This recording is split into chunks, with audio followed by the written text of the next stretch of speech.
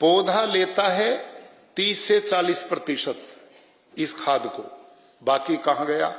आकाश में। वहां क्या करता है? यूरिया में मेन कंटेंट है नाइट्रोजन, और यह नाइट्रोजन जब आकाश के ऑक्सीजन से मिलता है तो एक तीसरी गैस ऑटोमेटिक पैदा होती, नाइट्रस ऑक्साइड। और नाइट्रस ऑक्साइड कार्बन डाइऑक्साइड से 312 गुना खतरनाक है पर्यावरण के लिए। आप सोचिए थोड़ा। कोई साइंटिस्ट इस बात को नहीं बताता, हम कोई इस बात को नहीं जानते, ना किसान को पता तू कर क्या रहा है, लेकिन ये हो रहा है। जो गोबर का मीथेन है ना, वो तो 22% है कार्बन डाइऑक्साइड से खतरनाक, और यूरिया डीएपी का नाइट्रोजन जो आकाश में मिलकर नाइट्रस ऑक्साइड पैदा करता है, वो कार्बन डाइऑक्साइड से 312 गुना खतरनाक है पर्यावरण के लिए। आप सोचिए, करोड़ों टन यूरिया डीएपी देश में साल भर में डाला जाता है, उसका परिणाम पर्यावरण कितना दूषित हो रहा है, आने वाली पीढ़ियां और हम किस दिशा में जा रहे हैं, ये हम सब के लिए चिंतन का विषय है। नंबर 2, जो भाग पौधा लेता है वो तने के द्वारा ये जहर कहां जाता है? फल में, साग में, भाजी में, अनाजों में, और फिर वो खाते हैं हम, फिर वो हमारे अंदर जाता है। इसलिए मैं सब जगह लोगों से प्रश्न करता हूं, आपसे भी करता हूं। आज से 40 बरस पहले इस देश में कोई नहीं जानता था कैंसर क्या होता है, कोई नहीं जानता था डायबिटीज किसे कहते हैं, कोई नहीं जानता था हार्ट अटैक क्या होता है, कोई किडनी नहीं बदलवाता था, किसी की पेनक्रियाज फेल नहीं होती थी, किसी के घुटने नहीं बदलते थे। आज सारी ताकत हमारी अस्पताल बढ़ाने पे लगी हुई है। क्यों? मजबूरी है, दिखाई दे रहा है, कोई व्यक्ति स्वस्थ दिखाई नहीं देता। अब प्रश्न ये है, जब 30-40 साल पहले ये बीमारियां नहीं थी और अब इतनी तेजी से बढ़ रही हैं, कैंसर की तो इतनी गति अब देखने को मिल रही है। कैंसर सोसाइटी गुजरात में, जिसका मैं अध्यक्ष हूं प्रदेश का, अभी पिछले दिनों हमारी मीटिंग में मैंने डॉक्टर से पूछा, जी क्या हाल है इसका? कि जी पूछो मत, डर जाओगे।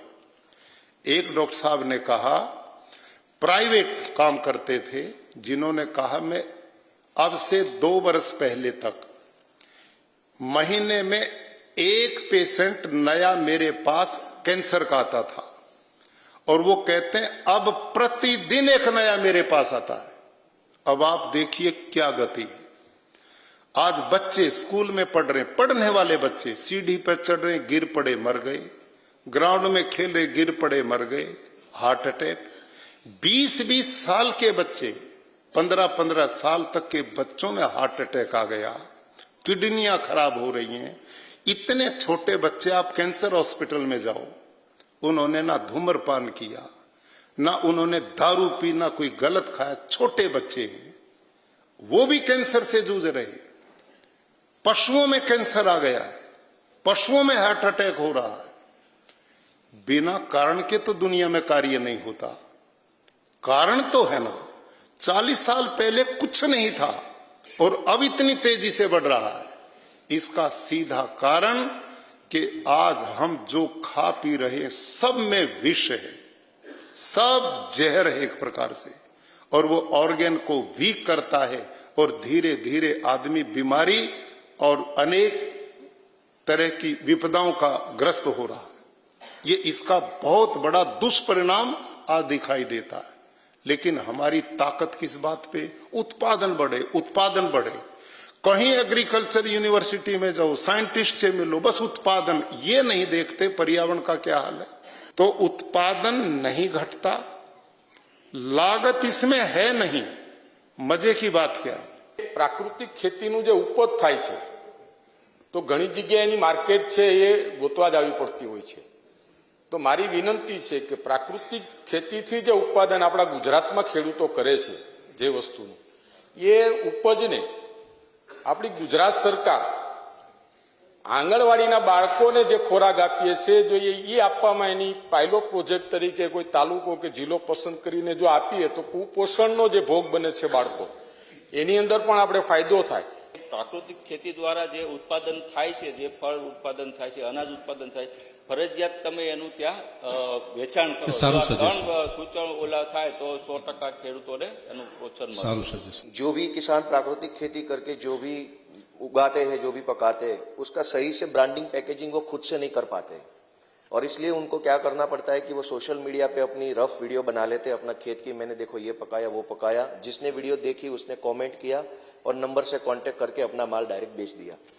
जो भी प्राकृतिक खेती करने वाले किसान हैं उन सारों को एक सेंट्रल प्लेटफॉर्म पे ला दिया जाए कि सारों का रजिस्ट्रेशन एक ही प्लेटफॉर्म पे है।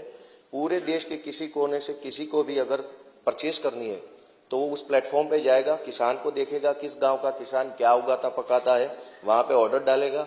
इधर से किसान को अगर थोड़ा ट्रेनिंग मिल जाए कि आप ब्रांडिंग कैसे करोगे, क्योंकि कभी कभी ऐसा होता है कि चीज बहुत अच्छी है लेकिन पैकेजिंग सही नहीं है। तो किसानों ने खुद मुझे कहा है, अभी पिछले 1 महीने पहले ही मैं उनको मिलके आया हूँ।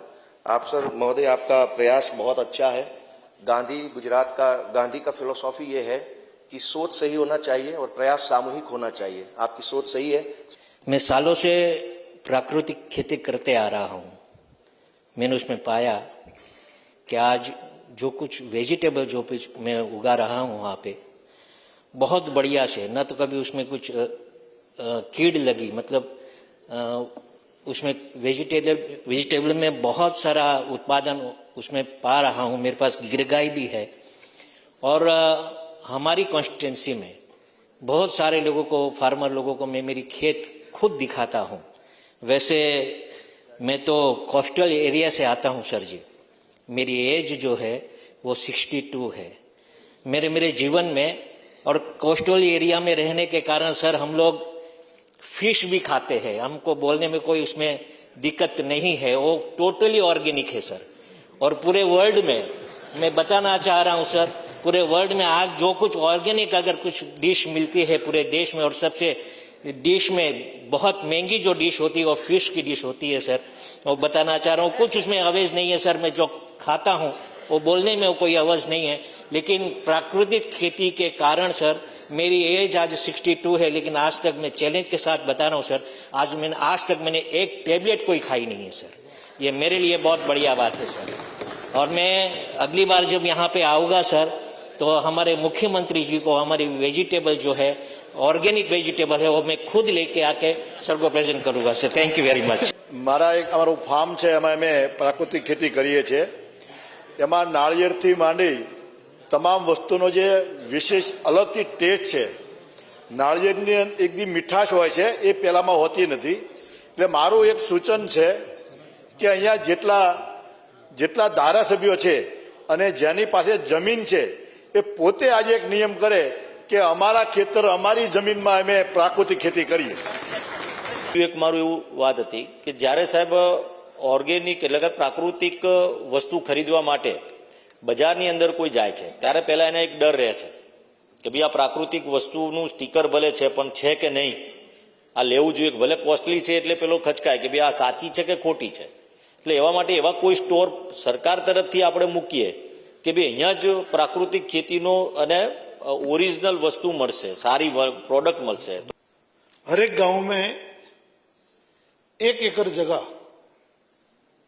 जो जगह खुद गवर्नमेंट इसको हायर करे और किसी किसान को उस जगह पे प्राकृतिक खेती करने के लिए उसको इजाजत दे।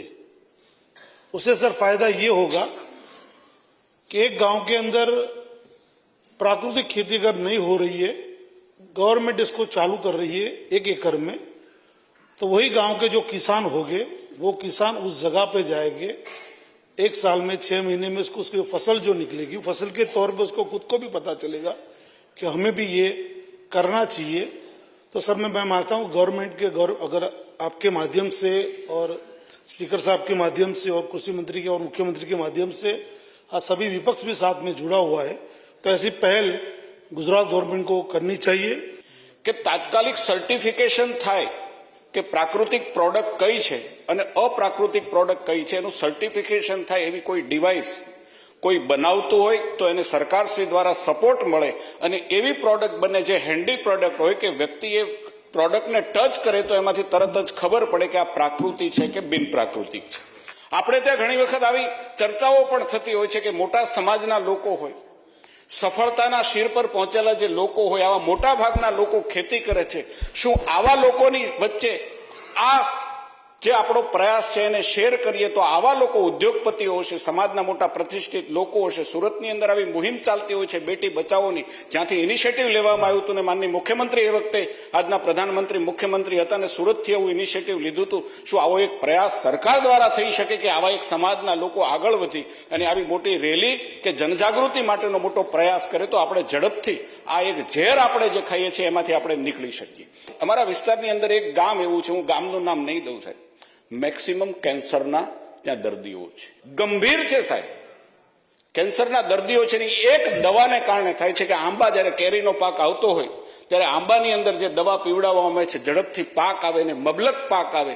શું આવી દવાઓ ઉપર આપણે આ પ્રયાસ કરીએ છીએ, પરંતુ સરકાર દ્વારા પણ આવા પ્રયાસો થઈ શકે કે આવી જે ઝેરી દવાઓ હોય, હું કોઈના પેટ ઉપર પાટું મારવા નથી માંગતો, પણ આવી કોઈ ઝેરી દવા હોય તો એના ઉપર તાત્કાલિક પ્રતિબંધ આવે તો એ માનું છું કે માનવ જીવન જે અમૂલ્ય ઈશ્વરે આપણને આપ્યું છે આપણે એને બચાવી શકીએ. માન્ય કે મેં મારા પોતાના માટે શાકભાજી ઓર્ગેનિક વાવેલી હતી તો 5 પારિયા પેલી ખીરા કાકડી આવે એ ખીરા કાકડી વાવી માની અધ્યક્ષશ્રી.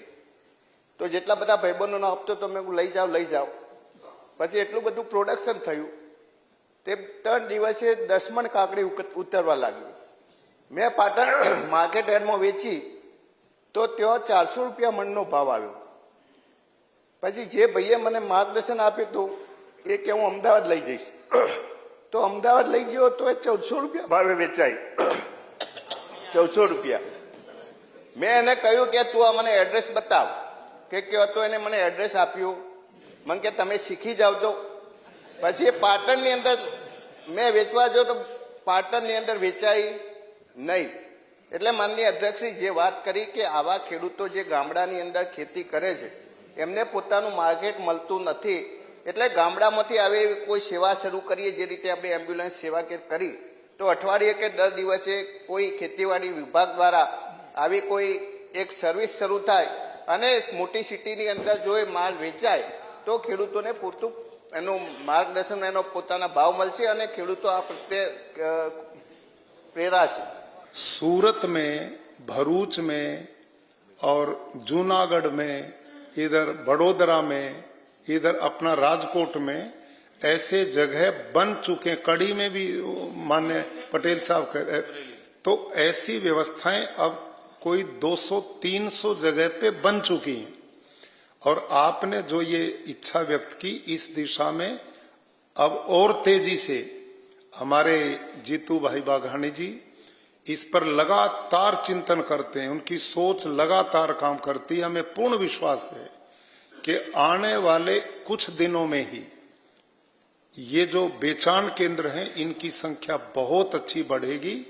अपने सभी लोगों के सम्मानित आदरणीय लोगों को बुलाइए, मैं उसमें आऊंगा और बताऊंगा कि प्राकृतिक आहार किस लिए जरूरी है.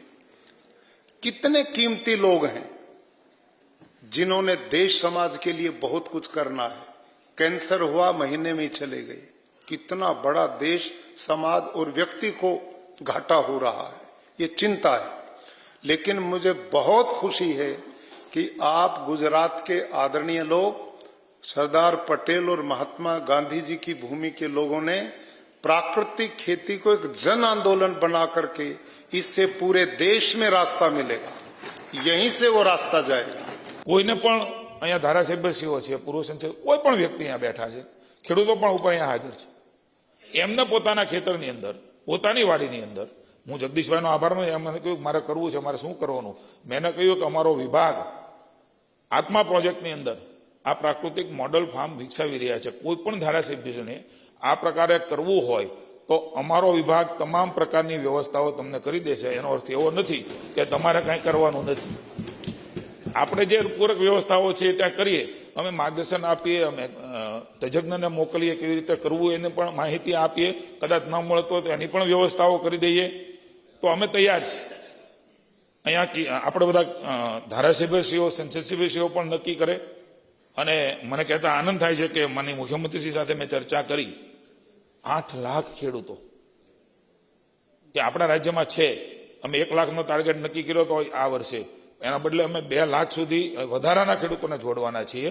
અને માનનીય મુખ્યમંત્રીશ્રીના માર્ગદર્શન નીચે મારો વિભાગ એટલે કે આપણા સૌનો કિસાનોનો વિભાગ 500 ગામ પ્રાકૃતિક ખેતી તરીકે એ 100% થાય એના માટેના અમે પ્રયાસો કરવાના છે. અને જ્યાં થઈ રહ્યું છે એમાં વધારે પ્રયાસ કરીશું, કારણ કે નથી થતું એવું નથી. આનો અર્થ થઈ રહ્યું છે, પણ જે ગામમાં વધારે છે, એમને ખબર છે માર્કેટ ક્યાં છે, કેવી રીતે એને ઉગાડાય છે, શું શું એમાં જોઈએ છે, એ ગામને પસંદ કરવાના છે. મહામહિમજી 19 ગામની અંદર રાત્રિ નિવાસ કરી ચૂક્યા છે. 19 ગામની અંદર કોઈ રાજ્યપાલ માત્ર પ્રાકૃતિક જનજાગૃતિ માટે થઈને જાય એવા આપણા આખા દેશના પહેલા આપણા રાજ્યપાલ શ્રી છે કે 19 ગામમાં રાત્રે રોકાવાનું, સ્કૂલમાં સુવાનું, બધાને અવેર કરવાના, ત્યાં વૃક્ષ વાવવાનું, સ્વચ્છતાનું કામ કરવાનું, પ્રાકૃતિક કૃષિની વાત કરવાની, સેમિનાર કરવાનો.